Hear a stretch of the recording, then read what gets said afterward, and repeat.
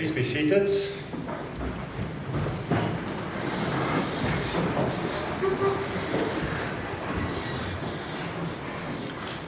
Good evening, ladies and gentlemen. It's, as always, really my pleasure and privilege to say good evening and welcome all of you to this prestigious event.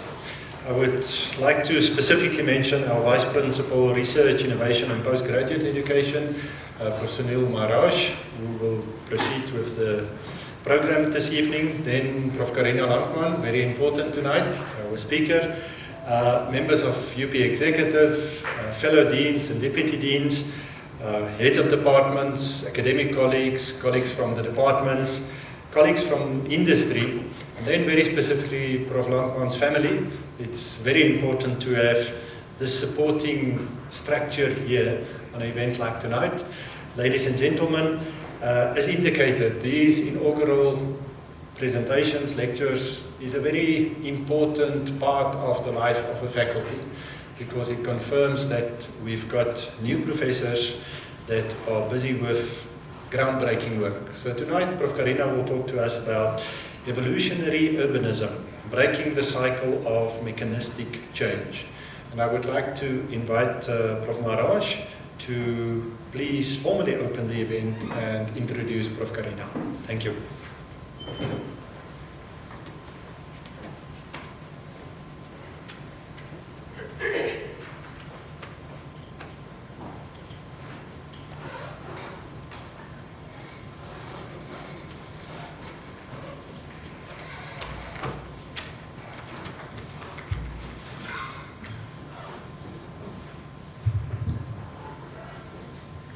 Professor Karina Landman and her family, and specifically her husband, Philip, welcome. Wonderful having you here. Professor Wynand Steyn, the Dean of the Faculty, members of the Faculty Executive and academic staff from the EBIT faculty, members of the Executive, I'm not sure we have any members of the Executive here, members of the UP academic staff and academics and lecturers and support staff, our UP colleagues. Ladies and gentlemen, good evening. It is my pleasure to welcome you on behalf of the University of Pretoria.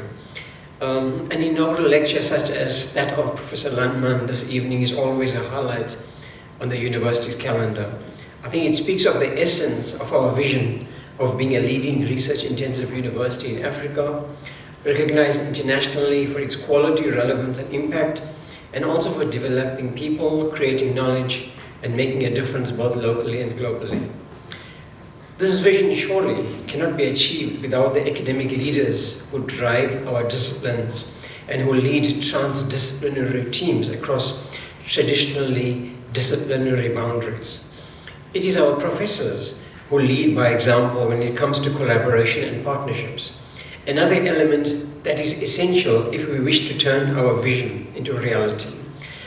They drive our engagement with the external environment through collaboration with their peers, both locally and internationally, but also with government, communities, industry partners, and other stakeholders. Professor Landman, I am sure whether you specifically planned it like this, but your address this evening is, I think, perfectly timed. It comes just after the World Cities Day, which was observed last Tuesday. The United Nations General Assembly designated 31st October as World Cities Day to promote the international community's interest in global urbanization, push forward cooperation among countries in meeting opportunities, addressing challenges of urbanization, and contributing to sustainable urban development around the world. This year, World Cities Day was observed under the theme Financing a Sustainable Urban Future for All. I think something that resonates with all of us. This is well aligned to the theme for World Habitat Day, which was commemorated some weeks ago on the 2nd of October, under the auspices of the UN Habitat, namely Resilient Urban Economies, Cities as Drivers for Growth and Recovery. In the Faculty of Engineering, Built Environment and IT, better known as EBIT, the university has a well-established research focus area around smart cities and transportation, and of course, developing VR systems. While IoT, Internet of Things, AI, and big data constitute a clear focus in research around smart cities and virtual cities of the future, researchers work in energy, climate change, water and materials, among others, also collaborate around this theme. Cities and urban spaces are prime examples of a kind of complex phenomenon that we can only hope to understand through inter- and transdisciplinary research collaboration. Through our research, we hope to find innovative solutions to the many challenges urbanization presents, but also to harness the concentration of resources and intellectual capital that characterize urban nodes. As a university, we are furthermore keenly aware that of our urban location and our role as an anchor institution in the urban context, of course using what we call the town and gown approach and relationship in dealing with opportunities and challenges. Increasingly, the university is coming to view its immediate urban environment as a living laboratory in which innovations are co-created with stakeholders including government, the private sector, role players, civil society, amongst other stakeholders. Ladies and gentlemen, having read the abstract of Professor Landman's address, I believe you share my anticipation of hearing her speak about the factors that have shaped the urban landscape in South Africa since the advent of democracy. I look forward, in particular, to her sharing her views on evolutionary urbanism as a planning approach towards urban environments in which humans and nature can thrive and live in harmony. First, however, it is my pleasure to introduce her to you. Karina Landman is a professor in the Department of Town and Regional Planning and was appointed as a head of department in January 2023. She has 25 years of experience as an urban planner and designer in academia and consulting. She holds a B.Arch degree, a master's in city planning and urban design, and a PhD in urban design. She is a professional planner registered with SACPlan and also a member of UDISA, the Institute for Urban Design in South Africa, and the South African Planning Institute. Karina joined the CSIR in 1998 and then moved to Better Pastures at University of Pretoria in 2009. She also produced more than 60 peer-reviewed journal articles and 70 conference papers. She also wrote or contributed to more than 40 technical research documents and 17 policy documents and 1 book. She was a member of the International Network on Gated Communities and the CIB group working on housing and sociology. Currently, she is a member of the Association of European Schools of Planning, thematic group on public space, and serves on the editorial boards of 2 international journals. Her work focuses on spatial transformation with a focus on sustainable neighborhoods, regenerative and resilient cities and public space. Her work on public space revolves around the issues of inclusivity, regeneration, resilience and decolonization. Her research on sustainable development focuses on urban resilience and regenerative development and design. She has published a book entitled Evolving Public Space in South Africa in 2019 and is currently the principal investigator of a National Research Foundation project on regenerative public space in South Africa. She is currently co-editing a book titled The Decolonization of the Urban Environment that we'll hope should be published shortly by Routledge, and we're looking forward to that publication, Karina. Professor Landman has edited and co-edited 4 special editions of the journals Urban Design International, Urban Planning, and Built Environment. She has published widely on gated communities, medium density mixed housing, public spaces, and urban resilience. She is also an NRF-rated researcher. Ladies and gentlemen, please join me in welcoming to the podium Professor Karina Landman to address us this evening. Professor Landman.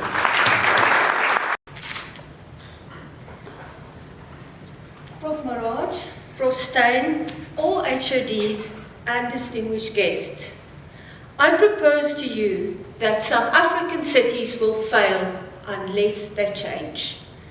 But what is change, and how do cities change?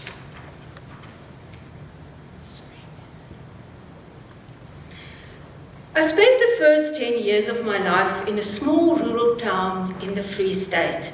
I vividly remember walking down the roads with bare feet and playing in the veld on the edge of the town, looking closely at the people, the buildings around the streets, and plants in the open veld. I was always intrigued with the way things are and how we should change what is not working.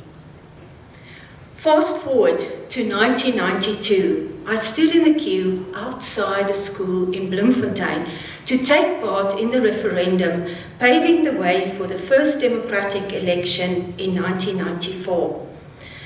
I wondered what would happen and what would change. And indeed, 1994 brought a promise of a new life for everyone. During the mid-1990s, there were many calls for socio-economic and spatial transformation in the country. Former President Nelson Mandela said that we can change the world and make it a better place. It is in your hands to make a difference.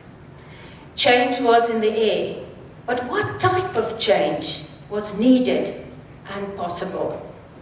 This presentation will consider various changes in South Africa in the past 30 years, seen through my own journey to make sense of spatial transformation. It will do so focusing on three key trends. Firstly, to cope, to adapt, and then to regenerate. The first 10 years of post-apartheid revealed many wounds, scars, and unresolved challenges, calling on everyone to find a way to cope with the new reality of the post-apartheid city. The democratic system contributed to many political, economic, and social changes in South Africa. Many people lived in inadequate housing with no or limited access to service delivery, while levels of poverty and unemployment remained a concern. The 1990s also saw a dramatic increase in crime and violence, reflecting similar patterns to other transitional countries like Brazil and Argentina. Across the world, the global community emphasized the need for more sustainable development. The report, Our Common Future, coined the term sustainable development and defined it as development that meets the needs of the present without compromising the ability of future generations to meet their own needs. In South Africa, the government launched the Reconstruction and Development Program, or the RDP, to address patterns of spatial fragmentation, separation, and low-density sprawl. Addressing these changing conditions also required institutional reform through the introduction of integrative planning to guide future processes and practice through the IDP. In addition, the country developed the National Crime Prevention Strategy in 1996 to respond to high levels of crime. At the CSIR, I was part of a team working on the second pillar of the NCPS, crime prevention through environmental design. As part of this work, I noticed the growth of gated communities. There have been various responses to crime in the built environment, ranging from law enforcement to social crime prevention and responses in the built environment. Many of these interventions included an overemphasis on target hardening through hard boundaries such as fences and walls, and barricades across the streets, sometimes with gates.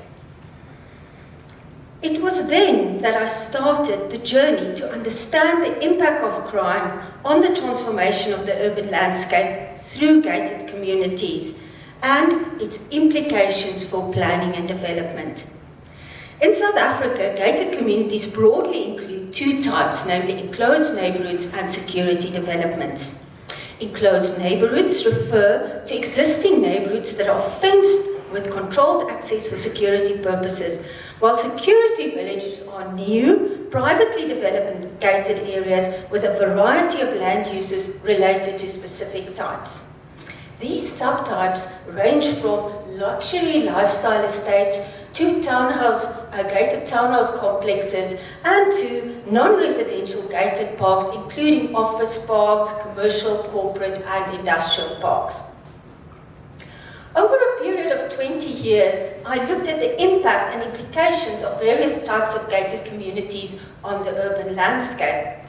This included an understanding of the institutional, the legal, social and spatial impacts and the implications for policy and planning at a local, city, provincial and national level. Looking at the distribution of different types of gated communities in the north of Johannesburg, it is evident how this is changing the urban landscape, impacting on traffic patterns, accessibility, urban management, and also impacting on urban perceptions, often contributing to conflict at a micro level in the city, especially when communities don't agree on how crime should be addressed in the built environment. Depending on the model utilized, certain types of gated developments also raise questions about urban governance and security and the role of state and non-state organizations at different levels. There has been growing tensions between, on the one side, the need for safety and security, and on the other side, the need for integration and accessibility. This is especially controversial in the case of enclosed neighborhoods, where the roads inside remains public and hence access cannot legally be prohibited. The challenge is that all our leading planning and development policies in the country emphasize the need for accessibility and integration. However, the levels of crime and violence threatens the ideals of spatial integration, and safety remains a key priority. In 2002, I was invited to join the International Network of Gated Communities. The work of the International Network also highlighted the need for interdisciplinary research and the need to look at this in a combined way. So, together with two international colleagues, we then developed a paper on various methodological approaches to gated communities, and this resulted in the best paper of the Association of European Schools of Planning in 2010. Despite great intentions and good efforts, South African cities have been characterized by isolated intervention that represents mechanistic change. Unfortunately, there has been a tendency to deal with symptoms in isolation. For example, parts with low-density housing, low-income housing, and gated communities. However, these interventions of spatial mitigation have many unintended consequences, such as increasing spatial fragmentation, separation, and low-density sprawl, the very characteristics that the post-apartheid city had to address. So I started to wonder, how can we look beyond single problems and symptoms and work with change in a different way? Working on the comprehensive urban planning project in King Williamstown in the early 2000s, I was struck by the monotonous nature of RDP housing and the types of environments being created. Surely, this could not be sustainable settlements that is supposed to contribute to vibrant and safe places. This made me wonder about the nature of housing we should be developing and the types of common spaces between these housing developments, especially in the context of growing urbanization in South Africa. In 2011, more than 60% of the population lived in cities, creating a greater demand for infrastructure development and service delivery.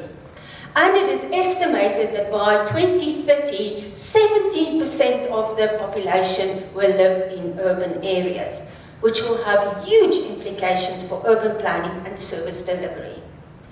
In 2012, government launched the National Development Plan to provide a strategic and comprehensive plan for development in the country.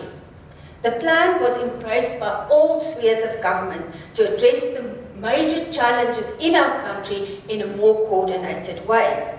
The plan acknowledged the importance of considering economic, social, and spatial development in an integrated way while realizing the dependency on the natural environment. Following suit, the Spatial Development and Spatial Planning and Land Use Management Act was promulgated in 2012, highlighting the role of good administration, efficiency, justice, and resilience. At the same time, many key development organizations, academics, and practitioners highlighted the need for resilience thinking to support sustainable development. Resilience is the ability of a system to absorb disturbance while retaining its basic function and structure. In a city, it is the ability of an urban system and its parts to keep functioning when disturbed and transform when necessary to keep on functioning. It is therefore concerned with the adaptive capacity of cities, acknowledging that cities and towns are socio-ecological systems.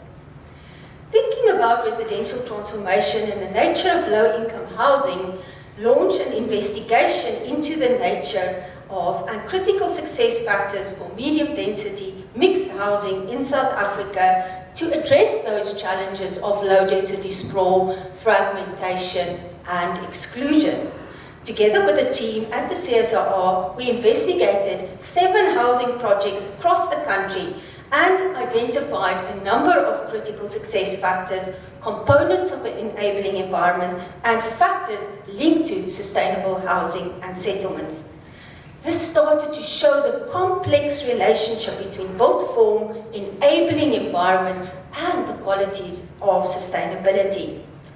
It also emphasized the fact that one cannot consider housing in isolation of the broader settlement and supporting facilities, amenities, and so on. Building on this, it is critical to understand residential development and transformation through dynamic relationships between the practical and symbolic nature of different dimensions of residence in the physical and social space. This is especially important in a context where there is growing need for integrated housing development that would be able to accommodate increased diversity and density. Utilizing a systems perspective can assist to identify the connections between different actions and the consequences in a more integrated way. Looking for linear cause and effect relationships can be misleading. For example, that crime results in urban fortification, and this results in less crime, and therefore we should have more fortification. Firstly, it does not take into account the fact that one set of systems may only create a new mode of system, such as a change in modus operandi to penetrate the fortified area and increase levels of violence. Secondly, it does not take into account the time delay, both in terms of unintended consequences and the fact that the attempt to produce short-term improvement often sets the stage for fear and insecurity over the long run, the very aspects it was meant to address. It also contributes to different forms of segregation, again, one of the original challenges of the post-apartheid city. Assessing the development of gated communities therefore necessitates the consideration of a multiplicity of feedback loops and a recognition that while crime and inequality remains key concerns, long-term considerations may not be at the top of the agenda. All the work culminated in the book Evolving Public Space, mapping the transformation of settlements and public space through a process of continuous transformation. The physical transformation through a process happens through a process that involves space, need, idea, order, form, meaning, and response. Space refers to an undeveloped site or an existing public space, informed by the specific socio-spatial context in a moment in time. A need may arise to modify the particular public space or settlement. The need then gives rise to an idea or a concept about how to address this need. The form and function of the public space is the physical manifestation of the need and idea, and takes on a particular shape, texture and size that are able to accommodate a number of functions. And this reflects the character of the specific place. And therefore, we can say that a space can be experienced or it can be read in that way. So, consequently, these modified public places can therefore elicit a number of responses, which may in turn lead to additional adaptation if considered necessary by a number of supporters. And this completes the cycle and returns it to the beginning, where the changing context gives rise to the need and the whole process starts over again. The book then unpacks each one of these key points in the process of transformation in the South African urban landscape, highlighting various drivers, needs, and ideas, and how they play out in the physical environment, and what this means in practice. It also indicates the connections between all of these factors and discusses the production and management that informs and are informed by all of these various factors. The adaptive capacity or resilience of cities and urban spaces have many dimensions, including the ecological, the social, the economic, and the spatial. Working with colleagues, we started to explore the spatial resilience of cities and public spaces and identified 4 key directives at a micro level, or relating to public space. And these include diversity, which is also linked to redundancy, proximity, intensity, and connectivity. And this was applied to analyze 6 public spaces in the city of Tshwane. The work did not only indicate patterns of change and adaptive capacity through a qualitative approach, but also developed a number of indicators and methods to analyze and compare these spaces quantitatively utilizing GIS. For example, studying intensity in terms of population density of the spaces and the immediate environments indicated that the density around the parks varies drastically depending on where they are located, either within the inner city or in suburbs or in former township areas. The inner city parks typically have higher densities of both population and dwelling units nearby, with the density decreasing as the distance from the parks increases. Alternatively, the density remains relatively constant for non-inner city parks. But resilience is not only influenced by the form and the function of various parts of the city, but also by the adaptive capacity over time.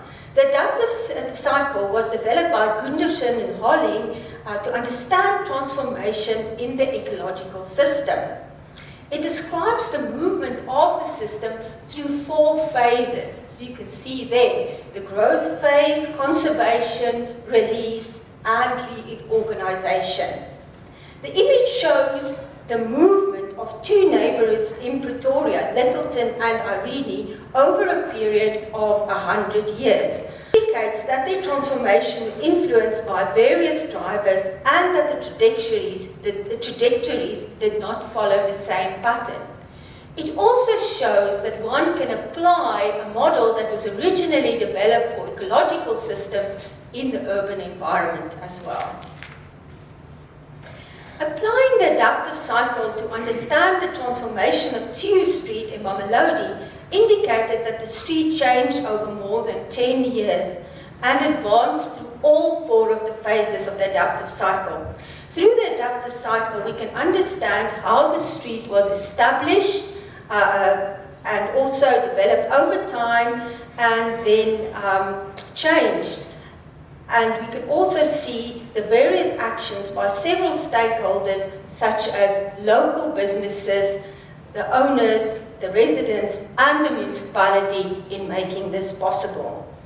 Resilience thinking through a focus on the adaptive cycles and various dimensions relevant to each phase could offer a mechanism to planners to understand transformation at various scales, including the street level.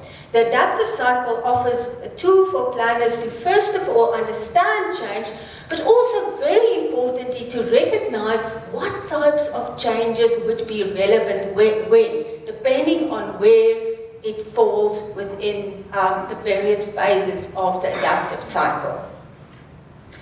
So spatial adaptation starts to look deeper at the drivers, pressures and consequences of interventions in various parts of the socio-ecological system in cities to understand the connections between these. So why are things not improving? Because the health and well-being of our cities and people within does not only depend on the adaptive capacity of settlement systems, but also on the regenerative potential. South African cities are still struggling with many challenges. Crime remains a serious concern, while poverty and unemployment has increased significantly in the last 10 years and dramatically since the COVID-19 pandemic. At the same time, service delivery and infrastructure development and maintenance is a serious problem. Those who can afford it retreat into protective enclaves and resort to privatized service provision or taking care of their own needs for electricity. The rest remain at the mercy of government. Despite many great plans and policies, in most cases, the changes in our cities did not result in improvement. Consequently, many have called for radical economic and spatial transformation. Utilizing this line of thinking, I worked with Professors Du Plessis and Nell to develop a framework for resilient and regenerative cities. Drawing on the theoretical constructs of complexity, resilience, and whole systems thinking, the framework offers a set of planning and design directives which proposes a way forward through the spatial organization of urban structural elements, namely form, function, and flows.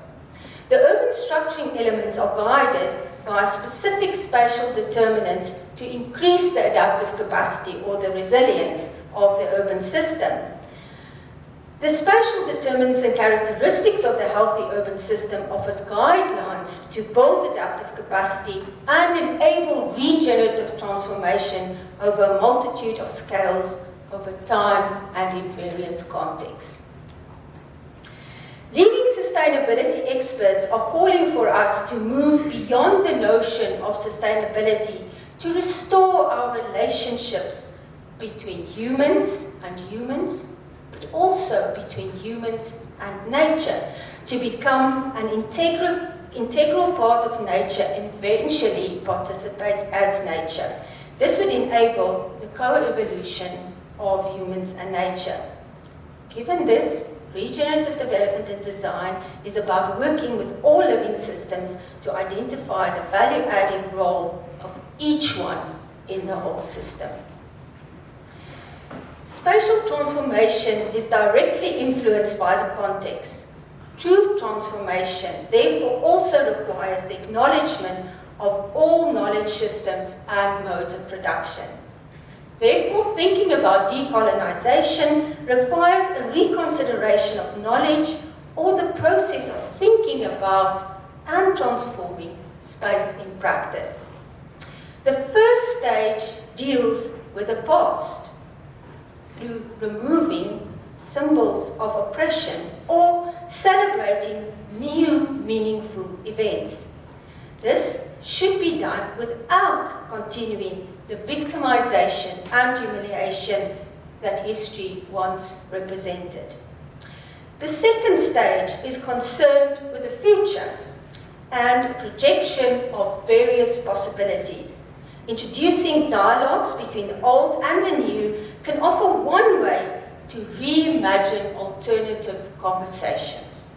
The third stage transcends the differences and attempts to renew through the inclusion of all worlds and all stakeholders. It therefore highlights the importance of both the physical product and its symbols, as well as the process with all relevant people. This offers various options to urban designers and planners to respond in different ways related to the nature and meaning of different public spaces. It can encompass a process of healing, drawing on learning from regenerative development and design. The process of decolonization should focus on potential and the co-evolution of multiple stories of different worlds in various public spaces. The evolution of public space is different than merely changing and adapting public space. Evolving public space is concerned with the regenerative capacity of public spaces to allow evolution of all living systems. Although this practice is limited in South Africa, there has been evidence of some elements and actions related to regenerative development. For example, through attempts to find a story of a particular place, or interventions based on co-creation to align place and people, and to build on key leverage points that would have positive ripple effects in the broader system. And lastly, through attempts at the ongoing care of the environment and taking responsibility for the environment as well. Taking this thinking forward, we embarked on a 3-year NRF-funded project. The aim of the project, Regenerative Public Space, is to recognize the true value of public space in cities, especially in South Africa, and to contribute to uplifting changes in these spaces. To do so, public spaces need to be able to adapt and to transform to address challenges of rapid urbanization, densification, climate change, social conflict, exclusion, and the general disconnect with nature. Through a transdisciplinary cooperation, the project intends to take forward the Sustainable Development Goals through an exploration of the regenerative potential of this public space. So in the project, we develop a methodological framework for regenerative public space and also a digital platform to assist with the implementation of that in practice. Intervention in the public space and cities in general should not only be concerned with the mitigation of its impact on finite resources and its ability to cope with disturbances, but also strive to contribute to the connection and regeneration of the parts of larger socio-ecological systems to unlock the potential across all living systems. Regenerative development and design therefore incorporates all that has gone before, but expands this view to include a whole systems approach towards the evolution of whole systems. Regenerative public space relates to a continuous process of reconnection, restoration, and reintegration. So, from a regenerative view, an understanding of place emerges from the entire network of ecological and cultural systems and interactions within a geographic area. It is essential to understand the patterns of place and use this to uncover the potential of that specific place, to understand how the living systems work in a particular setting towards reconnection.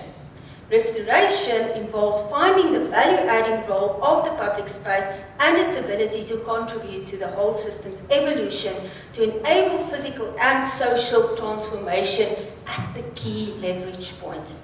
Leverage points are those places in the system where a solution can be applied to cause a ripple effect or change the system's behavior, for example, in a node. Public spaces could act as key points to initiate transformational change in the urban form and structure, where nodes act as places of interaction and exchange. And then reintegration refers to the co-responsibility of a range of stakeholders to ensure that the flows keep on flowing, to build the momentum and ongoing opportunity. Given this, people are integral to the entire process through co-conception, co-creation, and co-responsibility. This requires a transdisciplinary approach as applied in the project on regenerative public space, where participants from various disciplines, planners, architects, GIS specialists, and through participated, bringing together stakeholders from academia, practice, and various communities. Also, this was done through a continuous process of co-conceptualization and collaboration, co-creation and participation, and co-mutualism and cooperation. Allowing this process to continue in various cycles through an upward spiral would enable ongoing evolution. Cities and public spaces are continuously evolving. Intervention in public space and cities in general should not only be concerned with mitigation and its impact on finite resources and its ability to cope with disturbances, but also strive to contribute to the regeneration of parts and the larger socio-ecological systems through a focus on spatial regeneration. South African cities have transformed in the past 30 years. Unfortunately, most of the change has been mechanistic, focusing on central decision-making and top-down master planning to control the development of urban areas in isolation and only dealing with separate parts. Planning departments and spheres of government tend to work independently with a well-defined chain of command to make decisions to change space. As a result, unfortunately, most of our cities exhibit spatial mitigation. A regenerative urban design and planning approach becomes imperative in the context of climate change, social unrest, inequality, economic constraints, and severe environmental damage. Through a focus on co-evolution, urban designers and planners can contribute to creating systems that are capable of producing and supporting mutual benefits between all living systems and hopefully break the cycle of mechanistic change. Ladies and gentlemen, dealing with rapidly changing cities require not a radical revolution, but a radical evolution. This calls for evolutionary urbanism encompassing radical planning to allow nature and humans to thrive by harnessing the power of resilience and regenerative development. Going forward, I would like to explore the nature and meaning of evolutionary urbanism for South African cities and beyond, and the role of urban planners in designing in helping to make this happen. So lastly, please allow me the opportunity to thank my family for all the support in all the hard work and everything that I have to do. Secondly, I would like to thank Prof. Karina Landman, who's been an incredible inspiration in my life and been a research partner for all these years and taught me so many things. Thank you, Karina. It's been a privilege and a joy.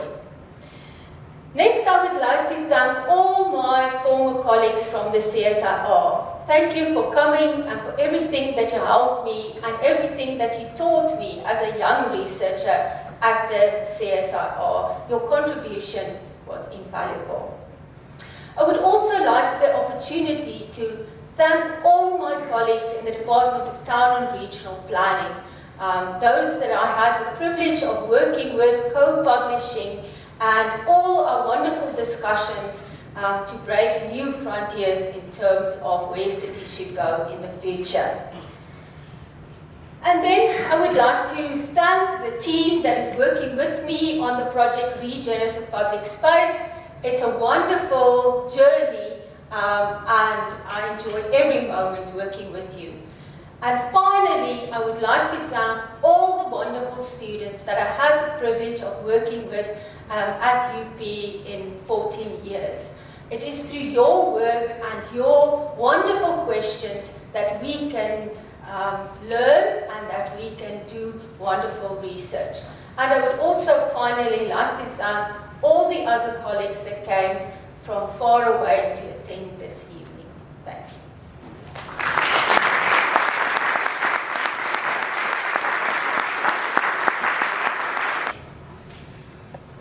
Prof. Karina, thank you very much for a fresh perspective on urban planning, mitigation, adaptation, regeneration, and various of the terms that I think we need to be reminded of very often.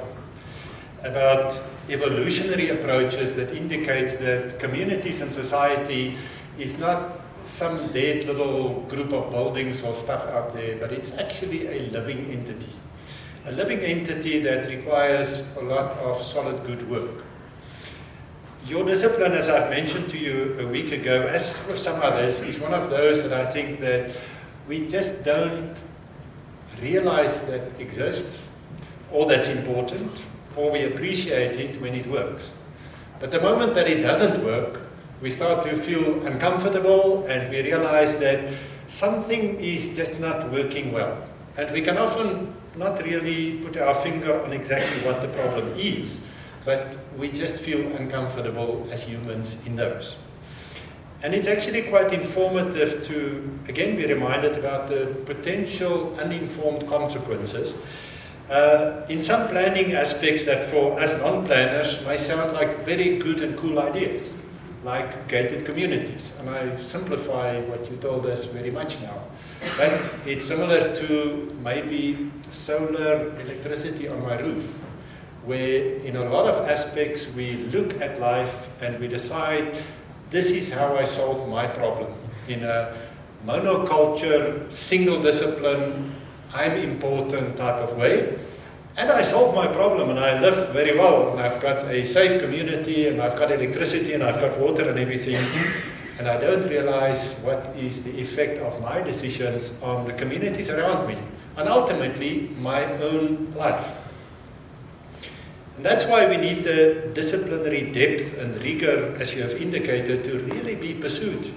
To be the foundation for the transdisciplinary efforts that we so much need for the real world problems that we are sitting with. And that we don't try and solve these based on conventional wisdom or what I may term braaivleis and beer discussions about, this will solve our problem. Let's just do it, because we don't care about the rest of society and communities. It's very good and refreshing to be reminded that a solid disciplinary development of our thoughts and our theories, and in the end of our practice, is that important. I hope and believe that your further endeavors and research and teaching will be blessed and supportive of resilient and safe communities and environments. And looking at what you've done and what you're busy with, I can really say that I believe it will be successful. Thank you very much for these perspectives. Prof. Maharaj, thank you very much for your welcoming, your introduction this evening.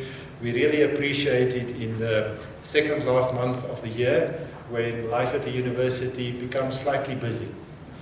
Special appreciation also to the EBIT team, to Managa and Suzanne and Tabu, for the preparations of tonight and making sure that everything is working. And may I add to that, UP Facilities and Security and everybody else that makes sure that we do have electricity on this campus. And maybe that sort of goes counter to what you said, we look at everything else, but we are quite happy that we can operate in an environment where electricity is a given. And we get so used to things like that, and we don't think about those that doesn't have electricity when they need it. Ladies and gentlemen, thank you for your presence tonight and your interest in this topic. And may I say again, the interest of colleagues that, and let me start with myself, does not really understand everything that Prof. Karina has discussed, but that you endeavor to broaden your knowledge and your understanding about what is important and what we are busy with at the university. This was the last inaugural event for EBIT for this year, but I really invite you to be on the lookout for 2024, when we continue with this process and also provide this opportunity to learn from each other. Thank you, and please join us for refreshments in the foyer area and to have further discussions with colleagues and Prof. Karina. Will you now please stand and remain standing while the procession leaves the hall? I hope you've got a good and safe evening. Thank you.